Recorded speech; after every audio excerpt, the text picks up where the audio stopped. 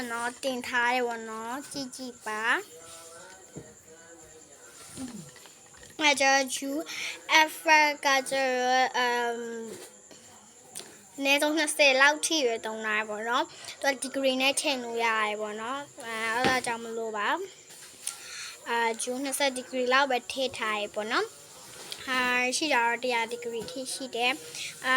ဂျူ20ဒီဂရီရှိပဲထည့်ထားရပေါ့နော် EF ကတော့ FMP လောက်ထင်လို့ပါ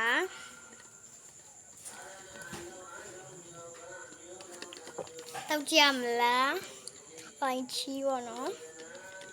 ဂျူတာပေါ့နော်မီရှိတ်ကတစ်ခွက်တောက်သွားပြီနော်ဒါချောကလက်မီရှိတ်ပေါ့နော်ချောကလက်မီရှိတ်ကတစ်ခွက်တောက်သွားဒီမှာလိုင်းချီပေါ့နော်ဒါနောက်တစ်ခွက်ထပ်ဝယ်ပေါ့နော်မဝလို့ပါ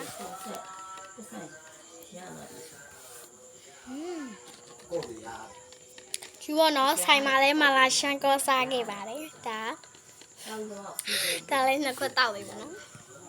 ဒါလည်းမနေတဲ့ထစားချင်တာပေါ့နော်အစိမ်မရှိတော့